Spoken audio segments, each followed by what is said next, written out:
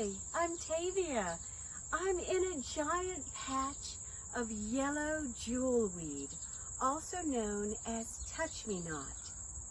What is fantastic about this native plant is it loves spots where other plants won't grow. For example, it can handle full shade, and it also likes wet, boggy areas.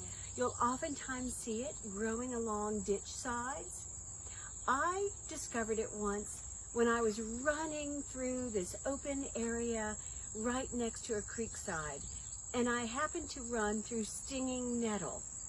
Guess what? Jewelweed grows next to stinging nettle, and it's a phenomenal partnership.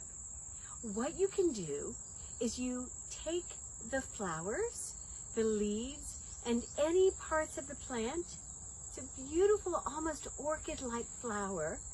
And anyhow, you mash them up. You get the leaves and you get the stems and you mash them up. And the flowers in particular are really juicy.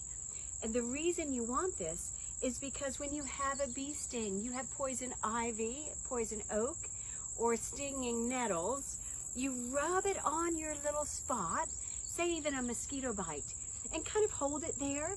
And don't worry about the green and all of that stuff. This is part of the fun of working with plants. But anyhow, you kind of mash it up and you leave it on your little itchy spot or hive even, and within a few minutes it will start to calm. It is remarkable.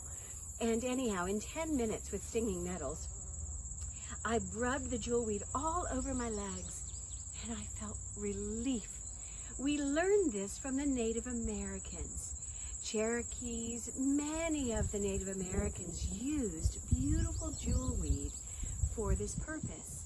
There's also an orange jewelweed, which you oftentimes find.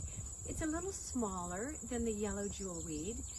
The yellow jewelweed grows 3 to 6 feet tall.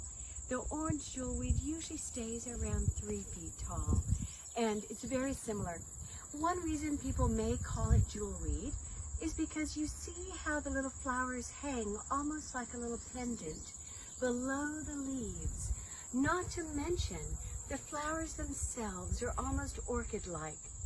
In particular, if you happen to be lucky enough so that you can see jewelweed after a rain or in the morning with dew, the little serrations on the leaves actually hold moisture and it looks bejeweled, hence the name.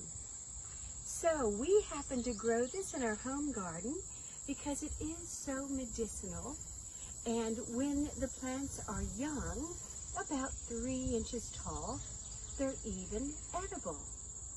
Happy gardening with jewelweed, everyone. Hi everyone, I wanted to show you why this plant gets its interesting name of touch-me-not.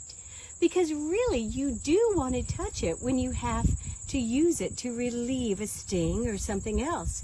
But this is the reason. We're a little early. These are seed pods in my hand. They really will ripen more come September. But I'll be able to show you what happens without them exploding. So I have a few seed pods. Oh, I touch it and it curls and the seed popped right there. Let me do, oh! Let me try another one. Let's see. It's so much fun, you guys. It's great fun to do with kids as well. You just pull the seed pods right off, and they have this wonderful projectile mechanism, which you can somewhat see an evidence of. The little curls, they'll project their seed pods out, and then you'll have beautiful impatiens everywhere. They're easy to pull in spring if you don't want too many. All right, everyone, enjoy.